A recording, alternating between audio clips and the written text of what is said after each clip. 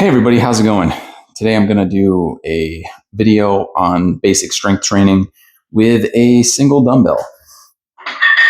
I apologize for this kind of wide angle, fisheye lens look we have today, but I only have a tripod and no camera person. So this is going to have to be it. I want to shoot this all in one take, just like I'm talking to a client in person. And that way I can make it real and honestly just save time and get it done in one take. But we're going to talk today about how to structure your workout if you just have a dumbbell. This could apply to other tools, but today we're talking about I have a dumbbell, only one, but adjustable, or it could be multiple dumbbells, but I only have one dumbbell per weight. And this isn't necessarily a disadvantage because you can do a lot of good things when you train one side of your body at a time, because we can work on core training without having to do extra work. We can work on imbalances, and it can be a nice change of pace when you only are used to training everything symmetrically, doing both sides together. So this can be a fun alternative.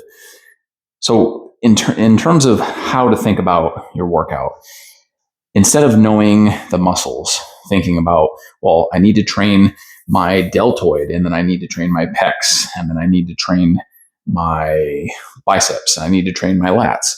You can think of your exercises in terms of movements, and the muscle training will happen as a byproduct. So a really simple template, a way to kind of break down how to categorize your workouts in terms of movement, is to just have 4 categories: push, pull, squat, hinge. Now, there are a few others that I use, but if you do those 4, you're going to have the meat and potatoes of a great workout, and all of the major muscle groups will get hit. So let's first look at squatting and pulling for the upper body. Those two can pair well together. A lot of times for my workouts and my clients, I will have them superset so that you can, and this works really well when you're working out at home, because you don't have to worry about other people, taking equipment from you. Like if you're in a busy commercial gym and you're trying to do, say, chest press and maybe a leg press, doing one set here, going off, trying to get this machine, if it's open, by the time you come back, somebody's probably taken that machine from you. But if you're at home, you generally don't have to worry about that unless it's your kids coming in or something.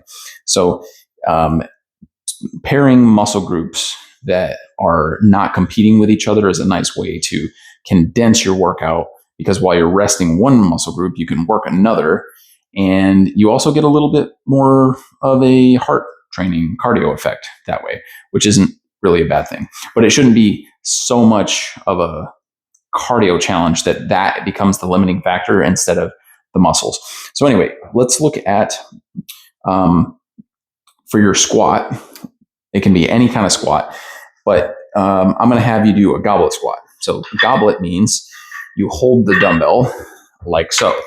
Now you might have an adjustable one like this that has plates that attach to a bar. Maybe it's the standard size. This is the Olympic. That part doesn't matter. You might have a fixed weight, a cast iron or the rubber coated one or something like this. Same thing, holding it in the same position, close to your chest, elbows are forward and pinched together. This just makes it really easy on my arms. I could walk around like this for a long time and not have my arms get tired. But if I hold it with my elbows behind my hands, let's say I did it like this. Now this is light for me. I could do this for a long time too, but if this is heavy enough to challenge my legs, I'm tiring out my biceps just holding this, which I don't want. So I get my elbows here to allow the weight to just kind of load onto the bones in my arms. And now I can just focus on my legs. So simple squat.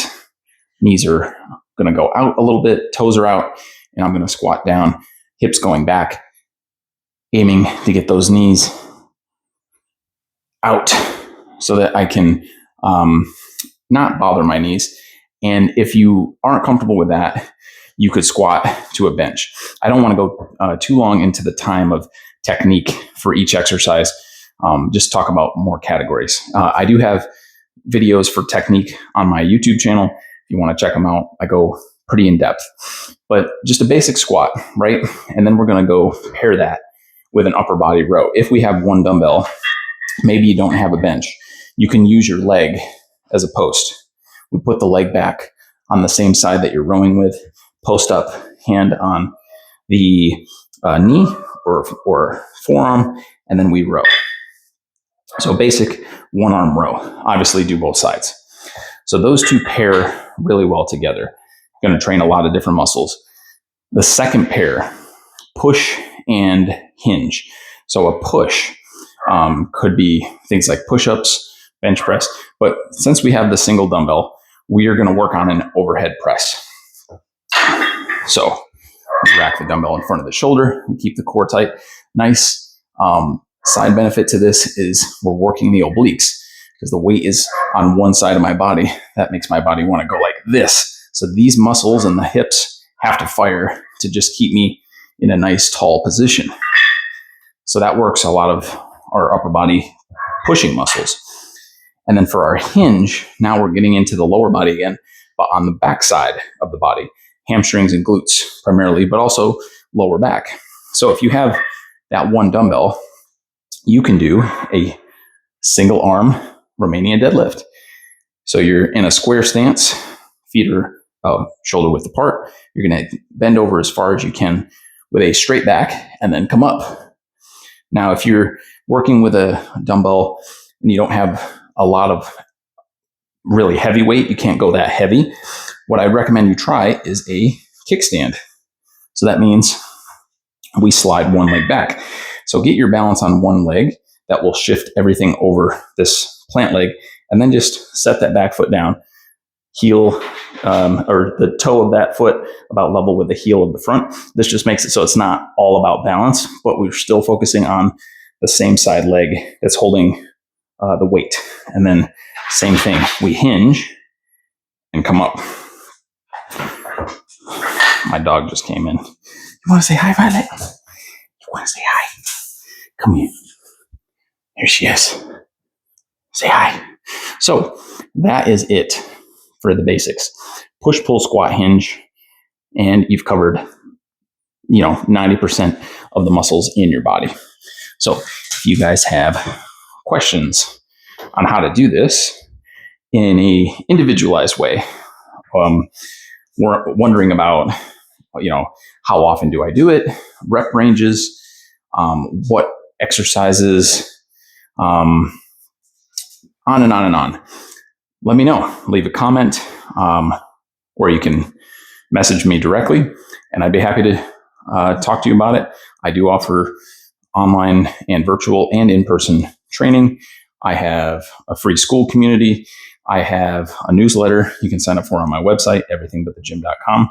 So plenty of options for me to help you with whatever you need health and fitness wise. Thanks for tuning in, and I'll see you guys on the next one.